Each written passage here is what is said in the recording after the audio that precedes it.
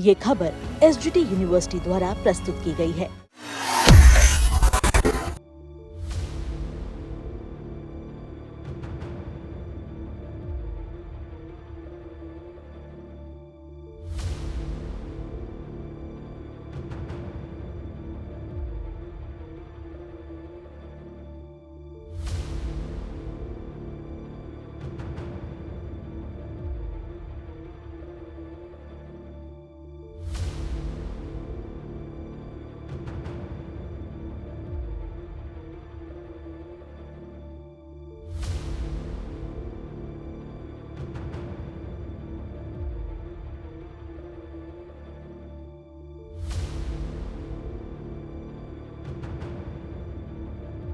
Sir, जो अभियुक्त है उसको तो अरेस्ट होना चाहिए था। उसकी जो है बेल का क्या मतलब बनता है? आज कांड को 7वां दिन है, उसकी अरेस्ट क्या वो इतना जो है इतनी बड़ी फोर्स है कि उनके अरेस्ट करने में सक्षम है पूरा प्रशासन।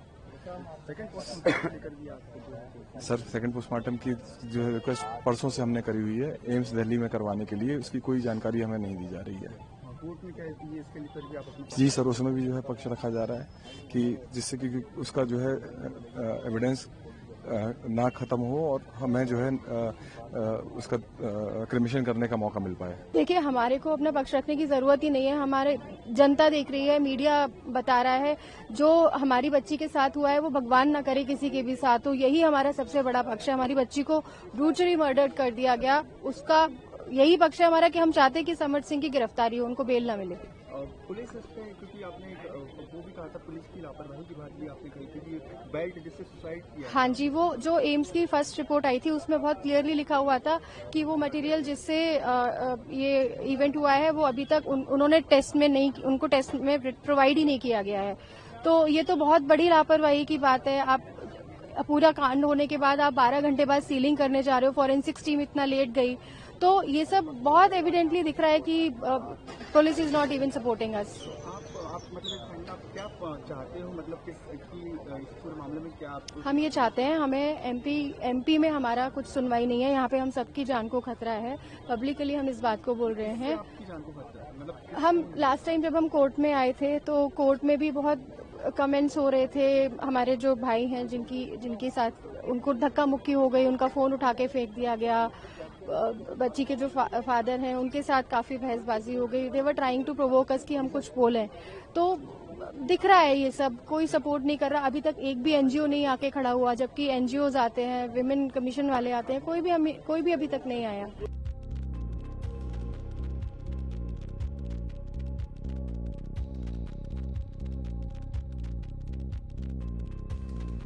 हमारे लिए इट्स अ नाइटमेयर, क्योंकि व्हाटएवर इट इज हमारे घर का एक हिस्सा थी।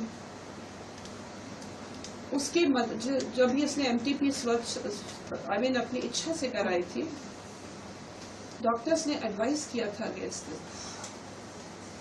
उसी दिन साइकियाट्रिक काउंसलिंग के लिए भी गई थी। उसको दवाइयाँ ऑलिज़ोप्राम जो शिज़ोफ्रेनिक पेशेंट्स को दी जाती, उसने शुरू भी की थी। एक आध दिन ठीक रहती थी, लेकिन फिर अगेन कुछ उसको फिर थोड़ा परिवर्तन आता था। संडे के दिन, दैट इज 2-3 दिन पहले, थोड़ा सा ऑब्जर्व किया, हैंड्स में थोड़ा शिवरिंग था, which is typical of withdrawal symptom. शायद यहाँ आने के बाद, जैसे 30 तारीख को आई है, उसके बाद उसको that source of any addiction to cut off था। पॉसिबल है वो सब कुछ, बट उसके बावजूद भी I mean with all that hope हम फिर भी आगे चले उसके साथ। उसका जो एक काउंसलिंग का सेशन ऑर्गेनाइज हुआ, क्योंकि पहले दिन एक बार गई, उसने समर्थ को फोन करके कोर्ट में बता दिया, I taken that MTP pill. She told me also, उस दिन मुझे लूज मोशन डायरिया थी, उस दिन बाय चांस हम कोर्ट नहीं जा पाए थे। And I said look, you done this, लेकिन आपका एक एक नया डायमेंशन होता है वंस यू कैच मदरहुड। तो एक सिंपल वुमन से आप योर एंड फिर एक बहू एंड एक daughter, definitely we always think that you should treat them as daughters, but एक बहू is something so much more। वो पूरी अपनी generations का निचोड़ होती है। वो आगे के लिए एक माध्यम सेटअप करता है कि नेक्स्ट जनरेशन कितना और आगे बढ़े।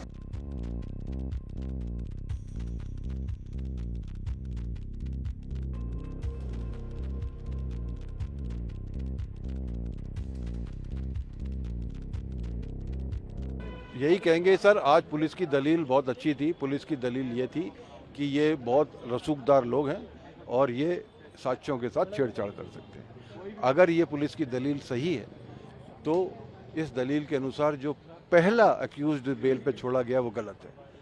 या तो ये गलत है, या तो पुलिस गलत है, या तो पुलिस गलत है, या पहला अक्यूज्ड को जो जमानत दी वो गलत दी गई। यही प्रूव होता है ना इससे। और मानना ये है कि ये जो इनको जमानत भी दी गई है, ये बहुत रसूखदार लोग हैं, इनके तरीके हैं। कोर्ट खुलवा भी सकते हैं, इनके हिसाब से कोर्ट खुल भी सकते हैं। ये पीछे जा कर के हाई कोर्ट के थ्रू उसको आगे कैंसिल कराने की पहले वाली, तो उसको क्या आप निरस्त करने देंगे? भाई हम तो हमारी तरफ से तो सब कोशिश रहेगी। आपने देखा हमारी कोशिशें इतने इन्फ्लुएंस में कैसे काम कर रही हैं। एक अंडर ए इन्फ्लुएंस ऐसा डिसीजन अगर आता है तो ये तो सरासर काला कानून बन चुका है ना।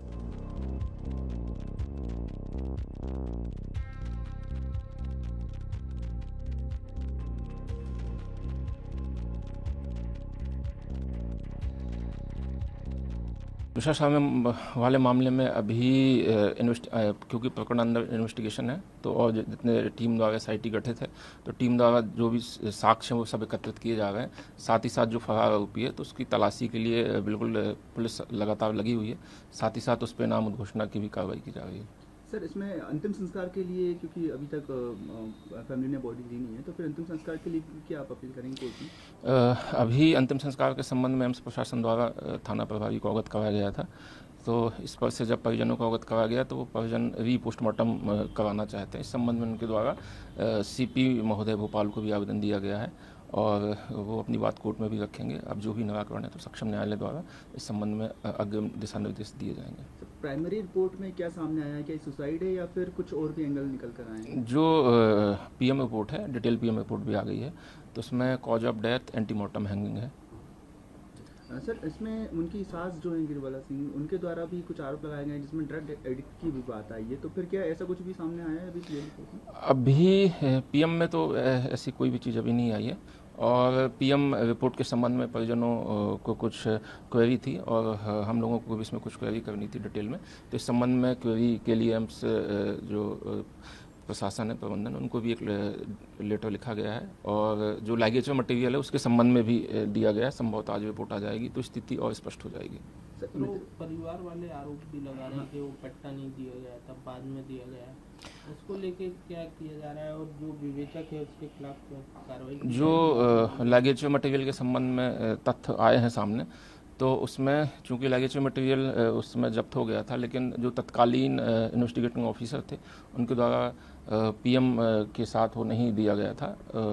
तो इस संबंध में उनकी भूमिका देखी जा रही है और जिस तरीके से आती है सामने तो निश्चित तौर पर वैधानिक कार्रवाई की जाएगी।